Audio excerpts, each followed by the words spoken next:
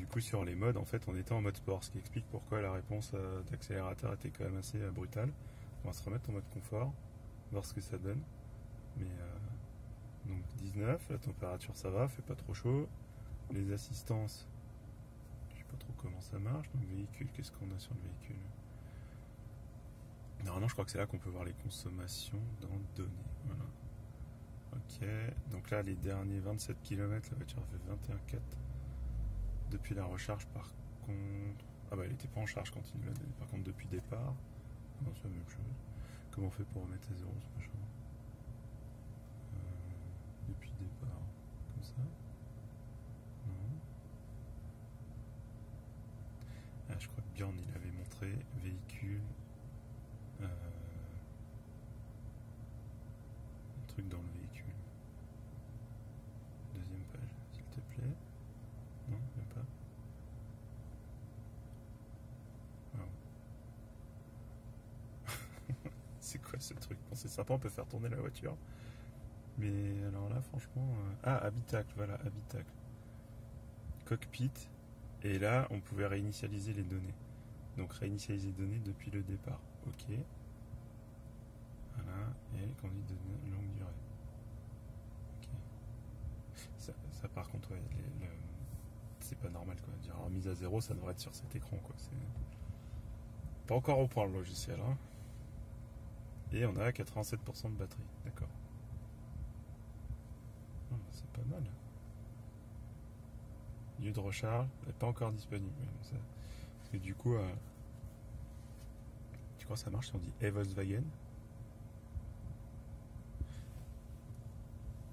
Volkswagen. Ok, Volkswagen.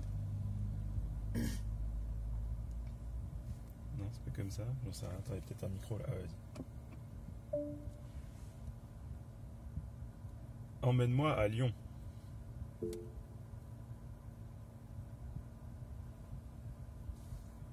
Veuillez dire l'adresse complète en commençant par la localité.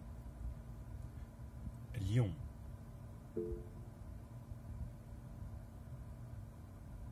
Voulez-vous dire Lyon? Oui. Comment ça me saoule déjà?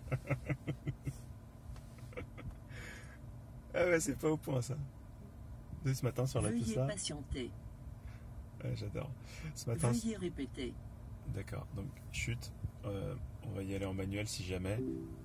Mais juste pour info, ce matin sur la Tesla, je lui ai dit emmène-moi chez Volkswagen à Annecy et il m'a trouvé le truc et direct on est parti. Donc ça, VV, il faut améliorer hein, parce que c'est pas super. Alors on va voir ce que le vendeur nous a dit. Il nous a dit si j'ai froid aux fesses. Ouais. C'est ça? Volkswagen, j'ai froid aux fesses. Cette fonction n'est pas disponible actuellement. Ah bah elle le sera peut-être bientôt, mais pour l'instant, bon putain j'ai pas froid aux fesses, mais bon il y a un petit bouton. Comment ça marche du coup? C'est comme ça. Ah, donc là on chauffe le siège, on réduit, bon ça c'est traditionnel. Air care, c'est quoi ça? Ah il y a un filtre peut-être spécial? Qu'est-ce que ça nous fait? Ça a augmenté la ventilation, ok. On va l'enlever. Et Smart Climate. Ah ça c'est pas con par contre. Tu lui dis les fonctions. Chauffer les pieds, chauffer les mains, vue dégagée. Alors on va voir si ça il connaît par contre. Chauffer les pieds. Très bien. Les pieds vont être chauffés à l'avant. Ah, ça c'est pas mal ça. Même si j'ai pas envie d'avoir chaud aux pieds, mais on voit que ça marche. D'accord, ça c'est pas mal. Cool. Et c'est quoi ça? Ah ok, pour éteindre la clim. Ok, ça joue. On entend la pompe à chaleur. Hein. Elle fait du bruit. Hein. Comme sur la Tesla quand on met la clim, on l'entend. Non mais c'est pas mal. Ok. Puis là dans l'info là ici il n'y a pas grand chose. Alors là par contre à gauche, tiens, viens voir. Hop, merci. Sur la gauche du coup on a les fonctions pour les lampes je crois, donc ça doit être les anti-brouillard. Voilà. Ça c'est des givrages. Si on met sur max, j'imagine que ça met à fond la ventile. Oui. Yes, ça s'active. Aucune idée pourquoi la fonction de dégivrage max elle est ici. C'est assez bizarre. Après mode, je sais pas ce que c'est. Ah, mode auto, mode veilleuse, d'accord. C'est pas très logique. Alors là du coup tout à l'heure Sophie me disait pour changer donc les rétros, il faut tourner la molette pour aller sur donc le rétro droit. Je sais pas si on voit. Hop. Pour le dégivrage, là ça doit être pour les rabattre. Exact. En fait je crois que c'est comme sur les autres VV, mais c'est juste que j'ai plus l'habitude. Et par contre là donc on ouvre une fenêtre à l'avant, et pour ouvrir la fenêtre à l'arrière il faut appuyer sur le bouton rire et ça ouvre derrière. Donc ils ont économisé de mettre 4 boutons en rajoutant ce truc là. Ça c'est un peu cheap quand même. Après boîte à gants c'est comment? On arrive à voir. Elle est grande, la taille est un petit bouton. Yes. Ok. Ouais, bon, pas mal. Après ce qui est sympa c'est que c'est vachement dégagé là, la console centrale. Après il y a des USB, là, 2 USB-C. Ça c'est quand même un grand rangement, c'est pas mal. Derrière franchement ça a l'air assez spacieux. Je sais pas derrière moi s'il y a de la place, mais ça a l'air pas trop mal. Le toit panneau il est vraiment grand, c'est vrai que c'est cool. Et puis non franchement c'est pas mal du tout. Ah, tiens, les essuie-glaces ils mangent comme. Ah c'est comme dans un monospace du coup. Des balais inversés. Ok. Non c'est pas mal. Faut qu'on teste la fonction massage. T'essayes la fonction massage?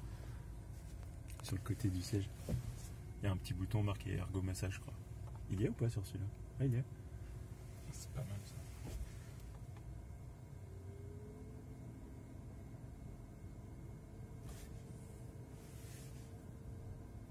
Ah oui, tu fais bouger le truc dans le dos.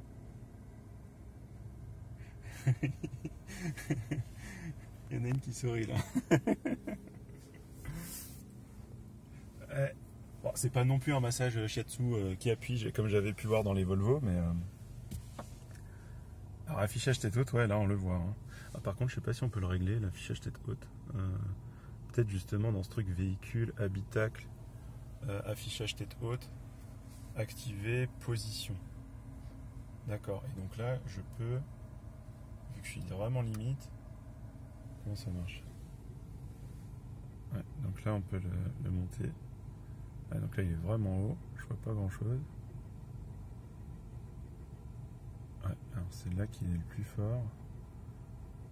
Et plus à gauche. Ah, on peut même le changer d'orientation. Ça je comprends pas vraiment que ça sert. Mais... D'accord. Ok, ah, c'est pas mal hein, cet affichage tête haute. C'est vrai que ça évite de regarder ça, c'est pas mal. Ouh là, le massage il se renforce. Tu veux essayer? Mettre au volant? Non? Alors j'enlève le massage parce que ça me perturbe. Et les pédales?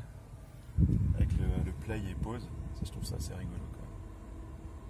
Pause, bah non, on n'a pas envie de s'arrêter, puis bah, play, enfin, ça c'est pas mal. En tout cas, si les messieurs ils ont du mal à convaincre leurs femmes d'acheter ce genre de voiture, faut leur faire essayer la fonction massage. Elles vont dire oui direct. J'avoue, c'est un bon argument de vente. Bon, c'est dispo que sur la version. Regarde, ça, c'est ça que je voulais montrer. Hein. Véhicule de démonstration. ID3 Max.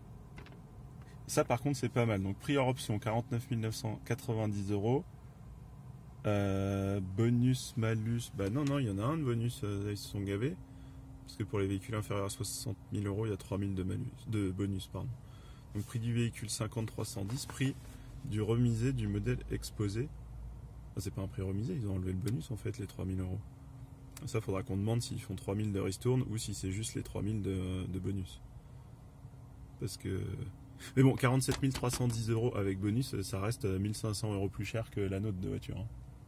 Donc c'est quand même pas donné. Bon après c'est la version toute option. Là, je crois que l'entrée de gamme elle est à 39 000 et qui du coup ouvre le bonus à 7 000 €. Donc ça l'a fait à 33 000. Pour être honnête, je suis pas certain que toutes les options soient vraiment critiques. Ce qui est bien, c'est plutôt vraiment d'avoir une voiture électrique relativement abordable avec des bonnes options.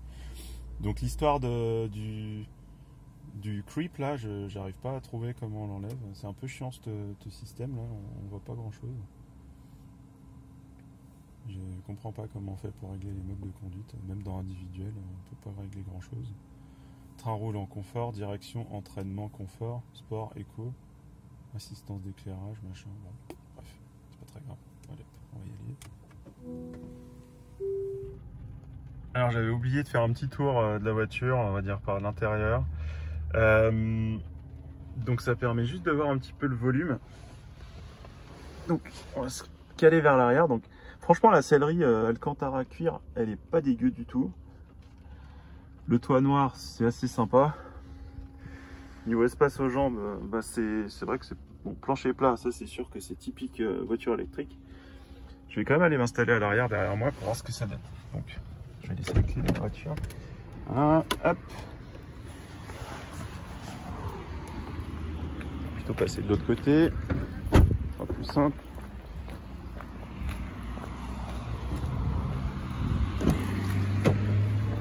Alors, comment on est glandé derrière? Je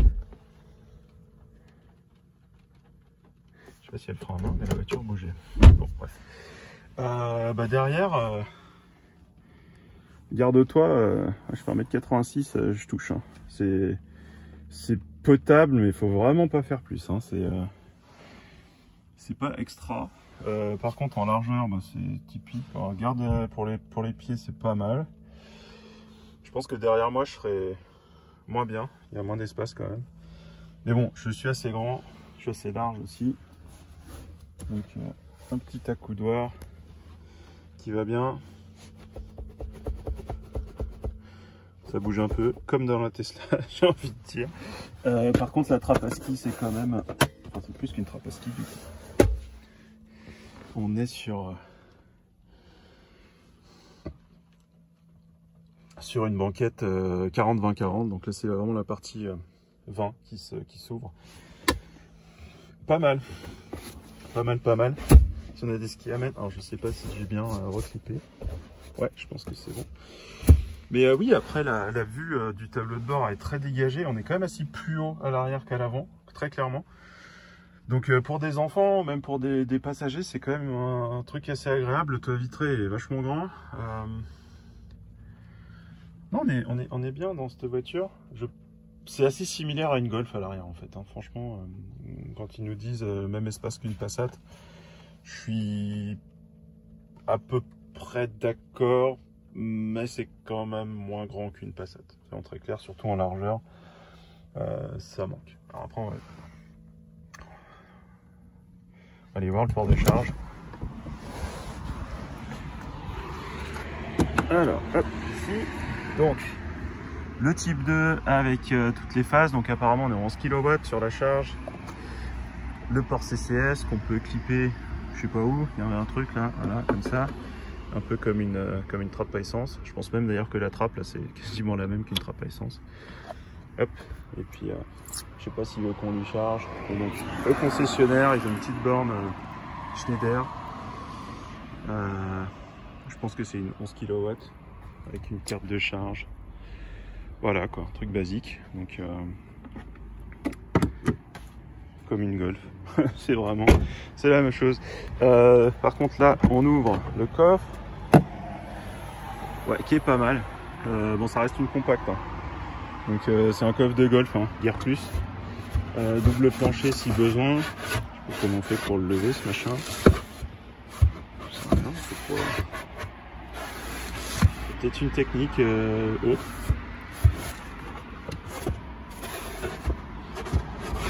Wow. Ah ouais, d'accord. C'est pour la vidéo, c'est un peu pourri. Mais ouais, ok, bon. Ça c'est comme une Golf, on va pas dire que c'est très spécifique, mais bon, le coffre, bon, il est assez grand, c'est vrai. Je sais pas si en dessous il y a des trucs pour mettre des câbles de charge. Alors, oui. On a un trou là derrière. Là on est tout plat, donc il y a les masses acoustiques là qu'on peut voir. Pas très bien collé d'ailleurs ici. Mais bon. Ça c'est vraiment un petit détail qui est pas négligeable. Hein. Quand on a des masses acoustiques comme ça, autant du pad là, ça veut dire que en fait on avait quand même un bel effet de pot de tambour lors des essais, malgré les, on va dire les corrugations qu'on voit là sur l'embouti. Ça veut dire quand même qu'il y avait de la résonance, peut-être dû justement au moteur qui est juste en dessous. Donc quand on voit toutes ces marques acoustiques en plus, on sent qu'il y a un effort sur l'insonorisation qui a été fait, très net. Ça c'est du patch post-production, ou en tout cas post-essai, donc c'était pas prévu à l'avance. Il y en a même du patch acoustique là dans le truc. Ouais, on sent qu'il y a un effort d'insonorisation net pour réduire toutes les résonances, toutes les remontées qu'il peut y avoir sur le véhicule. Donc ça on n'a pas sur une Tesla, hein. Donc ça, un truc comme ça, là, tout ce qu'il y a là, ce qu'on voit, il y a au moins 1 ou 2 kilos de matière, hein, fastoche, donc ça va vite, hein. Ça va très vite, c'est des trucs lourds à base de bitume. C'est... Ouais, c'est bien de voir ça, que l'insonorisation finalement c'est pas que parce qu'elle est bien conçue, c'est aussi parce qu'ils ont mis des béquilles. Ok, bon bah voilà, c'était le petit tour de l'ID3. Jolie voiture quand même, hein. Ça change de la Golf E, qui est vraiment pas top. C'est quand même autre chose, donc bienvenue dans le futur VV, je pense que ça va bien marcher. Et mais franchement, prenez pas la version Max, hein, c'est trop d'équipement, ça nous ramène trop cher d'une Tesla, trop près d'une Tesla. C'est pas extraordinaire, donc la version de base, je pense, c'est celle qu'il faut prendre. Plus d'autonomie, plus de confort encore, même si celle-là, franchement, je l'ai pas trouvé dégueu. Voilà, donc c'était fini pour l'essai de la ID3, donc merci de nous avoir suivis, c'était cool. Dites-nous si vous avez aimé le format. On a un peu fait ça à l'arrache. Je récupère les clés, le téléphone, la sacoche. Et on se reparle bientôt dans les commentaires.